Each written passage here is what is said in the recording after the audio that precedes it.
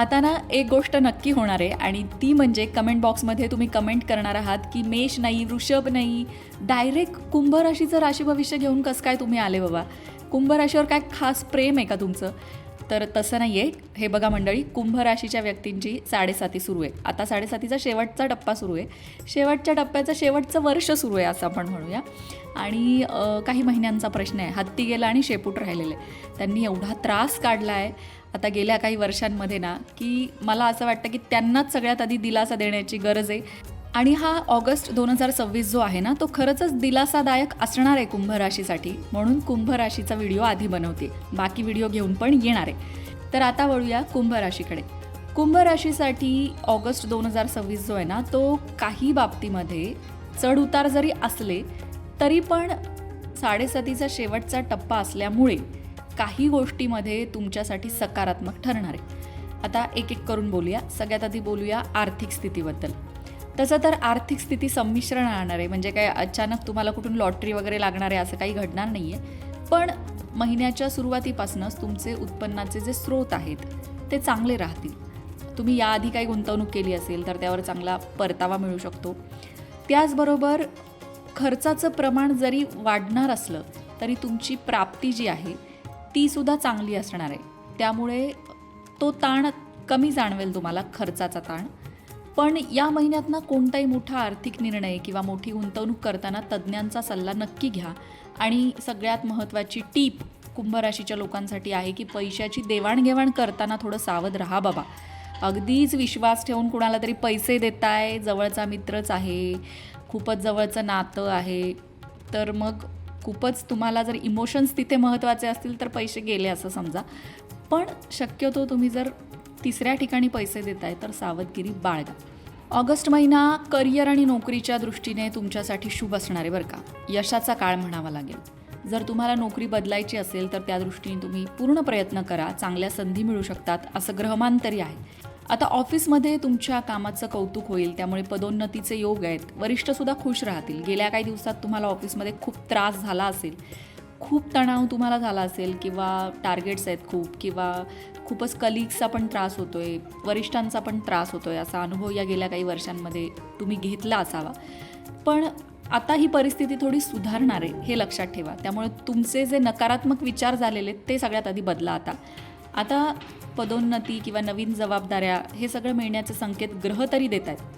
फक्त काय ना की तुमचे काही गुप्त विरोधक आहेत कामाच्या ठिकाणी, जे तुमच्या कामात अडथळा आणण्याचा प्रयत्न करतात. त्यामुळे आंधळा विश्वास कुणावर ठेवू नका. स्वतःच्या कामाशी काम ठेवा आणि ऑफिस पॉलिटिक्सपासून दूर राहा.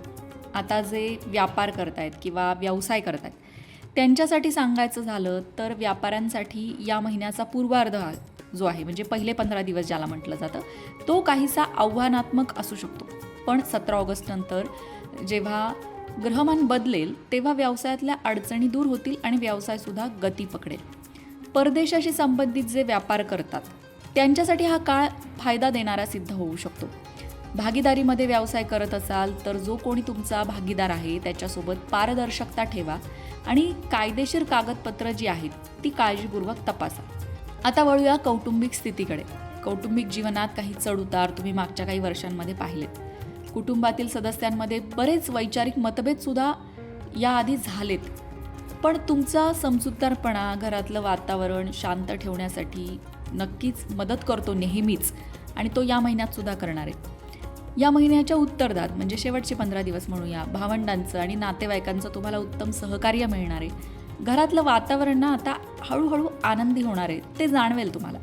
विद्यार्थ्यांसाठी ऑगस्ट महिना प्रगतीचा राहील. अभ्यासात एकाग्रता वाढेल आणि शिक्षक किंवा मार्गदर्शकांकडून शाबासकीसुद्धा तुम्हाला मिळू शकते.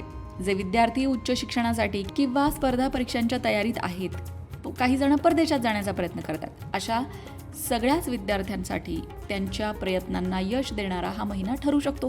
त्यामुळे प्रयत्न सोडू नका, सकारात्मकतेने ते करत राहा. प्रेमसंबंधांच्या बाबतीत थोडासा नाजूक काळ आहे बरं का. म्हणजे जर तुमच्या स्वभावात जरा उग्रता असेल, तसं तर कुंभ राशीच्या लोकांच्या स्वभावात उग्रता नसते, पण वैयक्तिक कुंडलीतले ग्रहसुद्धा वेगवेगळे असतात आणि प्रत्येकजण वेगवेगळ्या परिस्थितीत लहानाचा मोठा झालेला असतो. त्यामुळे त्यानुसार आपला स्वभाव घडत असतो. जर तुमच्या स्वभावात उग्रता असेल तर पार्टनरसोबत वाद होण्याची शक्यता या महिन्यामध्ये आहे. गैरसमज होण्याची शक्यता आहे. त्यावर एकच उपाय आहे, थोडा संयम ठेवावा लागेल, शांतता ठेवावी लागेल, परिस्थिती समजून मगच रिॲक्ट करायचं हे लक्षात ठेवा. अविवाहितांसाठी हा काळ अनुकूल आहे, म्हणजे लग्नाचे योग आहेत. एखादं योग्य स्थळ चालून येऊ शकतं किंवा लग्न ठरण्याची सुद्धा दाट शक्यता आहे. विवाहित दाम्पत्यांचं जीवन जे आहे ते समृद्ध होताना दिसणार आहे. आता कुंभ राशीची 7.5 आहे, त्यामुळे कुंभ राशीला माहिती आहे की त्यांना काय उपाय करायचे आहेत, कारण की इतक्या दिवसात तुम्ही बऱ्याच व्हिडिओमध्ये ऐकलंही असेल. पण मी असं सांगेल की जे कुठले उपाय किंवा जी कुठली साधना तुम्ही या काळात सुरू केली आहे ना, ती 7.5 संपल्यावर सुद्धा कंटिन्यू ठेवा. तुमची 7.5 साधारणतः जून-जुलै 2027 संपेल. तर त्यानंतर सुद्धा तुम्ही जे अनुभव घेतलेत 7.5 किंवा जो धडा घेतलाय किंवा ज्या साधना सुरू केल्यात किंवा काही चांगल्या सवयी लावून घेतल्या असतील, तर त्या पुढे कंटिन्यू करण्याचा सल्ला तुम्हाला ज्योतिषशास्त्र देईल, कारण तुमच्या सवयीच तुमचं आयुष्य ठरवत असतात. हनुमानाची उपासना तुम्हाला करायची आहे. त्याचबरोबर दानधर्म जर तुम्हाला शक्य असेल तर दानधर्म जो तुम्ही शनिवारी करायला सांगितला जातो 7.5 असल्यामुळे, तर तो सुद्धा तुम्ही करायचा आहे.